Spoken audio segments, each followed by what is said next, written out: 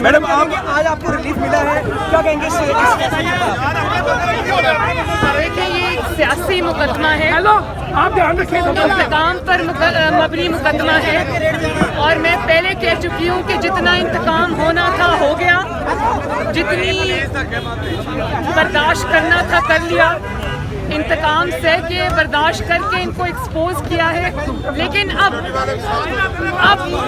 अगर इमरान खान की हुकूमत मुश्किल में आई है, उसकी कश्ती डूब रही है, तो नैब को ये मौका नहीं दिया जाएगा कि इमरान खान की डूबती कश्ती को बचाए। उसके लिए पॉलिटिकल इंजीनियरिंग करे और इंतकाम करे। तो इसलिए मैंने ये फैसला किया था कि इनके इंतकाम को रोकना भी है, उसका मुकाबला भी करना है, और इस दफ़ा इनके लिए आसान शिकार नहीं बनना। मैडम पीडीएम के इख्तिलाफात के बारे में बता दें, क्या वाकई इख्तिलाफात हो गए हैं पीडीएम में? बिलावल भुट्टो भी आपके खिलाफ बोल रहे हैं और आप लोगों की जानब से भी कुछ बयान आए थे, तो इख्तिलाफात को जरा क्लियर कर दीजिए कि आप दोनों पार्टियों में कोई बड़े इख्तिलाफात नहीं है। कोई इख्तिलाफात नहीं है, वो पॉलिटिकल पार्टी है, उनकी अपनी स्ट्रैटेजी है, उनकी अपनी स्ट्रैटेजी है, हमारी अपनी स्ट्रैटेजी है।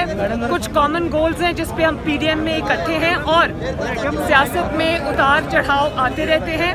बिलावल से मेरा एक अच्छा ताल्लुक़ है, और मैं नवाज शरीफ की बेटी हूँ। मैं रवादारी की सियासत और ताल्लुकात को निभाना जानती हूँ, इसलिए मैं कुछ नहीं कहना चाहती। नैब को चला कौन रहा है, ये क्या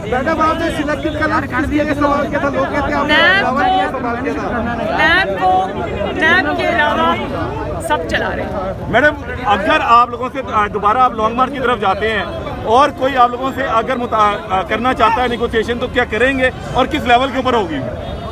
मैं आपका सवाल समझी नहीं। दोबारा एस्टेब्लिशमेंट से अगर एस्टेब्लिशमेंट को रब्ता करता है आप लोगों से तहरीक को रोकने के लिए, तो किस हवाले से आप लोग करेंगे? तमाम पीडीएम के प्लेटफॉर्म से या इंडिविजुअल? नहीं, ये आई थिंक ये रेलेवेंट क्वेश्चन नहीं है। पीडीएम अपना लाया अमल खुद तय करेगी, आगे कैसे बढ़ना है खुद तय करेगी, इसमें और किसी का अमल दखल नहीं है। वो आवाम की तवक्कुआत के मुताबिक फैसला। इमरान खान जा रहे कि नहीं जा रहे? अगर इमरान खान घर ना जा रहा होता तो मरियम नवाज को नैब बुलाने की जरूरत न पड़ती।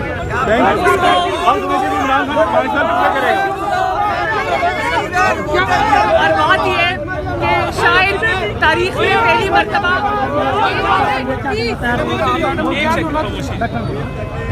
पहली मरतबा शायद नैब की जो भयानक तारीख है उसमें पहली मरतबा नैब को शायद रेड जोन डिक्लेयर किया जा रहा है।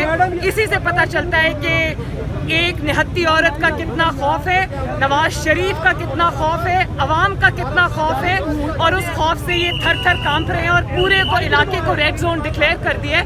बात ये है कि पहले मुझे नैब में बुलाया, नैब के ऑफिस के सामने खड़े होकर मुझ पर कातिलाना हमला किया, लेजर गन से मेरी गाड़ी पर फायर किया, मेरे पे पथराव हुआ, पूरी दुनिया ने वो वीडियोस देखी, और अब नैब में मुझे बुलाया और उसको रेड जोन डिक्लेयर कर दिया। तो यहीं से पता चल रहा है कि कौन खौफ में और कौन घर जा रहा है। मैं तो जा रही हूँ।